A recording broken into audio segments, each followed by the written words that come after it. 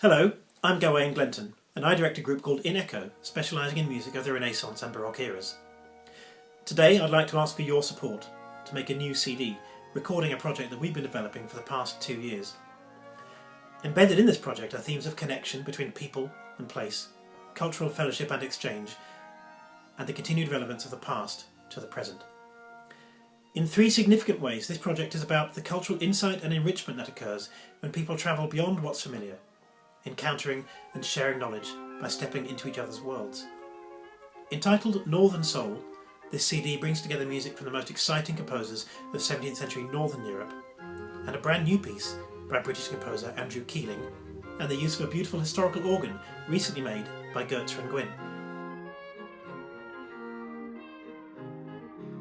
Our core repertoire is by 17th century Northern European composers who lived during the heyday of the Hanseatic League. At this time, the seafaring nations of Europe were closely connected in a trading community linking London to Tallinn via the ports of Holland, Denmark and Sweden, a network trading in everything from iron and wool, salt and soldiers, to ideas and music. We find our composers working in a lively time of inspiration and exchange. For instance, there's William Braid, an Englishman in Hamburg publishing Scottish dances. German violinist Thomas Baltzar was in London, astounding audiences with his virtuosity whilst riffing on English folk tunes.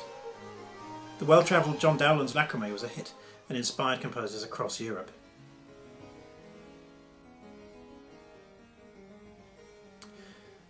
For the second strand of this project, I wanted to bring this cultural interaction into the present, and I commissioned the composer Andrew Keeling to create a work bringing another angle to these themes. Last summer we gave the concert premiere of his piece Northern Soul, inspired by the northern landscapes in which he lives. Andrew has a distinctive yet accessible compositional voice. And after the performance, professional musicians approached us to comment on the quality of his writing, whilst audience members, some used to choosing early music concerts over contemporary ones, confessed to surprise that this was one of the highlights of the concert. The more we play it, the more fun we have with it, and of course we would absolutely love to bring this music to a wider audience by now recording it for the first time.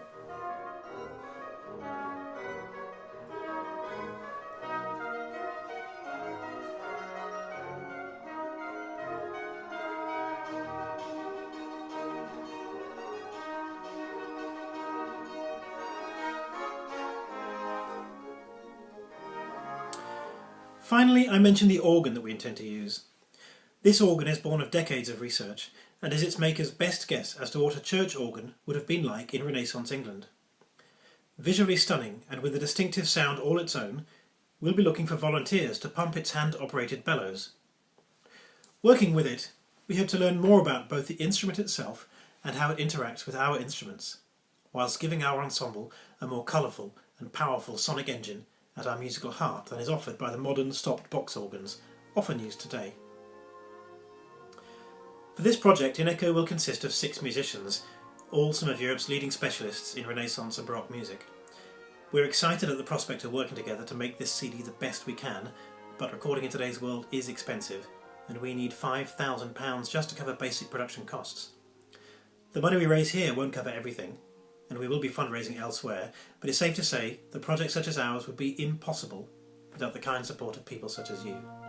Even the smallest contribution is deeply valued, and to show our thanks, we've thought of some varied rewards listed on our crowdfunding page that we hope you'll enjoy reading through and choosing from.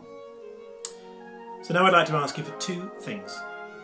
Please pledge whatever you can, and please share this video with any friends and family that you think might be interested. Be part of our project and help us bring the beauty of both past and present to modern ears and audiences. Thank you.